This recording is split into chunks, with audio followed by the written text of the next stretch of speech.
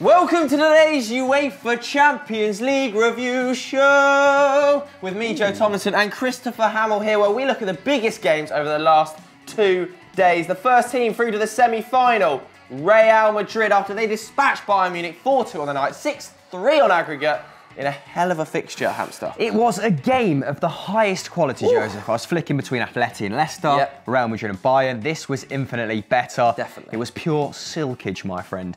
Yeah, and there was always going to be goals, wasn't there? There was 51 shots in this game. 51! Mental. And Real Madrid haven't failed to score at home in 34 UEFA Champions League games. That is a tournament high. Ooh. So it's always an interesting game at the Santiago Bernabeu. Ronaldo, this is the most interesting stat I dug out. It's his first perfect hat-trick in the tournament. His first. Left foot, right foot, header. That's what that is. And he's scored 100 goals in 137 games now, which is, quite frankly, ridiculous. He's the first ever player to reach that milestone. Cream always floats to the top, baby. That cream, bit of cream in it. No cream in there. Bit of energy, so. It's a latte. Anyway, yeah. Real Madrid are the first team, as you say, to reach the semi-finals this season. Oh. And they have done it 7 times in a row. That's mental. Absolute madness. Crazy consistency. Especially with different managers. But they did meet an adversary in the form of Robert Lewandowski. The Pole has now scored 6 goals against him in the Champions League. That is a high in terms of who they've conceded goals to. So he's a perpetual thorn in their side. And he did so after Robin won that crafty little penno. Was it a penno? Definite. In your opinion? 100%. Casemiro, very clumsy. Caught his right foot, didn't he? And now that is the 7th penalty Robin has won in the Champions League. Only Messi has won more so. Ooh. You'd expect that from Robin, though, wouldn't you? Because goes down quite easy, but Ronaldo negated that 25 minutes later with a superb header from a lovely Casemiro ball in. He atoned for his error. And mate, but lo and behold, Bayern find themselves back in the game 2 minutes later with an OG from Sergio Ramos in his 100th appearance for the Los Blancos in the Champions League. He's only the 4th player to do so, but it didn't ruin the occasion, did it, Josephine? No, it didn't. I'll tell you what ruined the occasion. The referees. Appalling standard of officiating in this game. 2 offside goals for Real Madrid and a shocking sending off. It's no wonder Carlo Ancelotti was stewing after the game. Spitting fire. Vidal. He probably should have been sent off sooner, but the challenge that he actually got sent off for his 2nd yellow card, never. Perfect. Never a card, never even a foul, in my opinion. It was all ball, referee. He went off, down to 10 men, and then it all went wrong for Bayern Munich, really. Fell apart at the back. Hummels, the slowest turner in football history. It's like turning a freight train. Yeah, I've seen Milk turn quicker. When Asensio's running at him, he had to do like a 10-yard dash to come around in a circle. It's absolutely insane.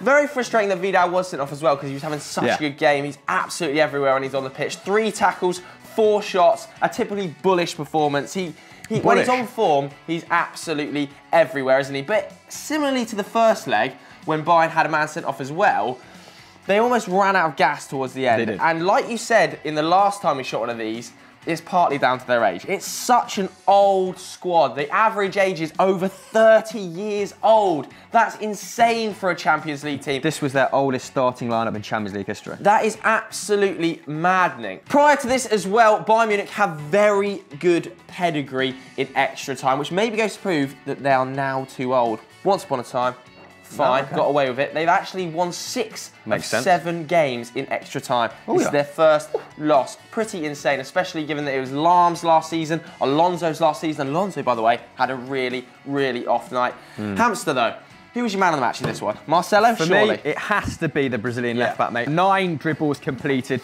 on the night. I think 3 of them occurred in that one move to finish off Ronaldo's hat-trick. Defending by Boateng. He's gone through Boateng like a hot knife through butter, my friend. I don't know what he's doing.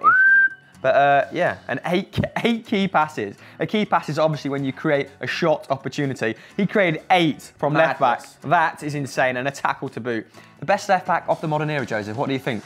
Not quite, but not bad. Roberto Carlos still above him for me. Yeah, we're gonna put some options in the poll. You guys pick. Is he? Right, next up then, Postman Pat. It's Leicester versus Atletico at the King Power. It finished 1-1.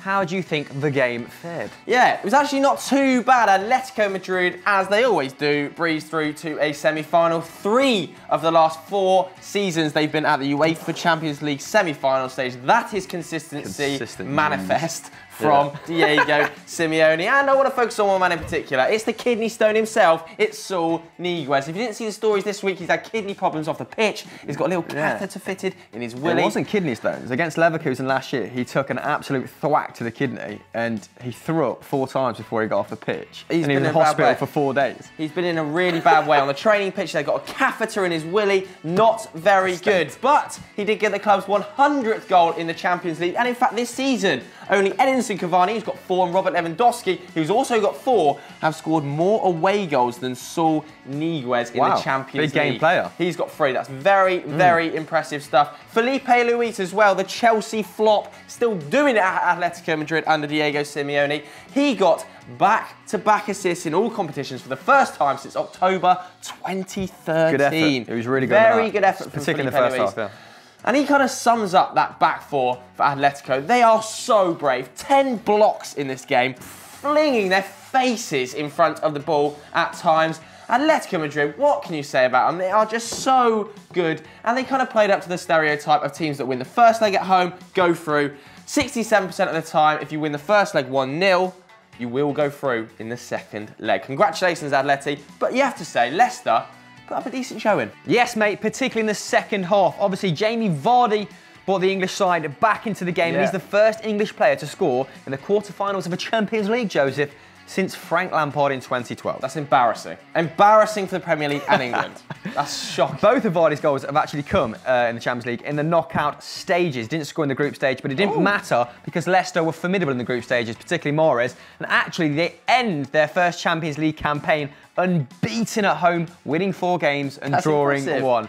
Come on, you Foxes, making the King Power an absolute fortress. Got to say, the fans played a big part in that as well. The atmosphere down there has been absolutely banging all of this season.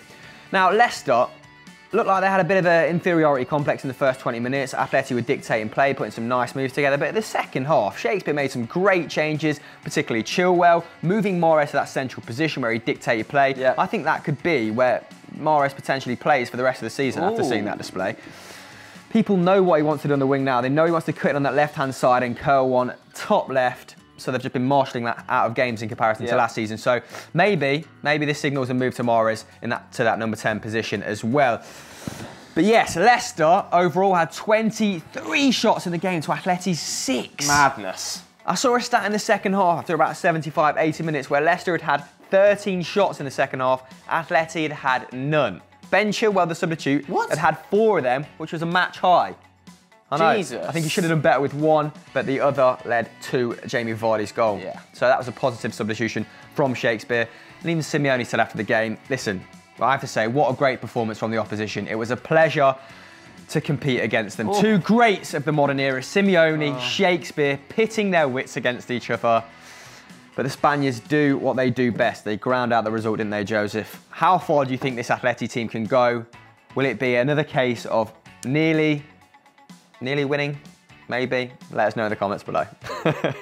To last night's games now then, where Barcelona could only scrape a 0-0 draw against Juventus and of course went out 3-0 on aggregate despite it being played at the Camp Nou. Tell us all about it, Hamel. I mean, we were expecting goals last night, weren't we? Juventus do have the meanest defence in Europe, but Barcelona have averaged 3+ goals a game at the Nou Camp this season. They've actually scored 143 goals this season, the highest out of any team in Europe's top 5 leagues, but they only managed 1 shot on target. I won't talk too much about the defending because you're going to cover that. I am. But I really liked Pjanic and Khedira in that 4-2-3-1. Someone who can play the ball next to someone who has really good defensive discipline. I thought it was really smart from Allegri to put those 2 as a pairing this season.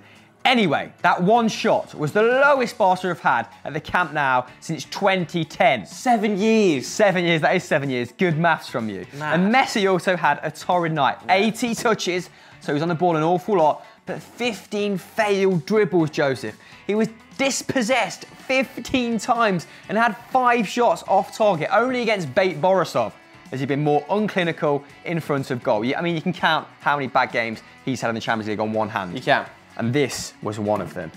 And when Messi isn't firing, you need Neymar to fire. And he was trying. By Jove was the Brazilian trying last night, Joseph. He tried 20 dribbles. completing 13 of them. Ridiculous. To give you some context and comparison, the rest of the Barcelona squad combined only tried 18 dribbles last night. He was really taking the initiative to them down that left-hand side, and I think Dani Alves actually put in a monstrous shift. Yeah, he did. He did. And obviously the rest of the back four. But again, you're going to talk about them. The Brazilian also had 3 shots on the night, put in 3 tackles. It was really unfortunate not to get a goal. But Joseph, that defence, mamma mia. Yeah, literally. It is the best in Europe. There is no debate anymore. Some people would have said Atletico Madrid a while ago. Now, there's no debate. They've conceded 2 goals in the entirety of this Champions League season. In fact, they haven't conceded a goal in Champions League football in 8 hours and 51 minutes.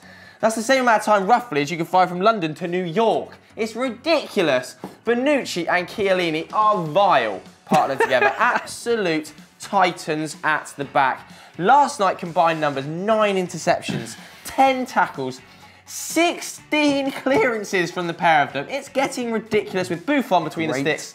You never fancy the opposition to score. When Barzagli came on, Allegri actually said after the game that he felt like they could have played for an entire day and not conceded.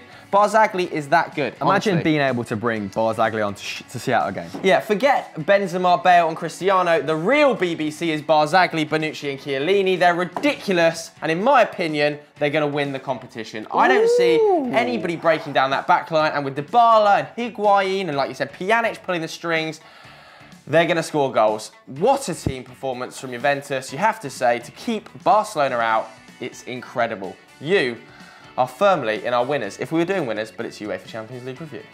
Last but not least, we head to the Principality, where Leonardo Jardim's young Bucks beat Dortmund 3-1. Lay it out for me, Josephine. 6-3 on aggregate. Can any bastard stop Monaco scoring? No, they can't. Maybe Juventus, but Borussia Dortmund certainly couldn't on the night. Like you said, Leo Jardim must be delighted. Monaco becoming the first French team to reach the Champions League semi-final since 2009. That was Lyon. In fact, it's Monaco's first semi-final in 13 years. When Zach was only 6. Yeah, when Zach was very, very young. Thomas Tuchel, unhappy again. Borussia Dortmund's team bus delayed again. Of course, we saw that attack in the first leg, which meant the kickoff was delayed a day. Here, they couldn't get through fans, which meant the kickoff was delayed by 5 minutes. But it didn't stop the game being a snorter. A very, very tight one. 16 shots Monaco had to Dortmund's 12. They created 13 chances to 10. In fact, Dortmund actually dominated possession here. 61% to Monaco's 39, which Monaco enjoy because they are so fast on the counter-attack. They're like Usain Bolt, flying out of the box. And part of the reason they can do that is because they have players like Bakayoko in midfield, which gives them so much stability. 6 interceptions on the night. He is the definition of a mop. Silva, Mbappe and Lamar are some of my favourite players to watch in world football right now, particularly Bernardo Silva. I know Mbappe gets the headlines, but Bernardo Silva is just a beautiful footballer to watch.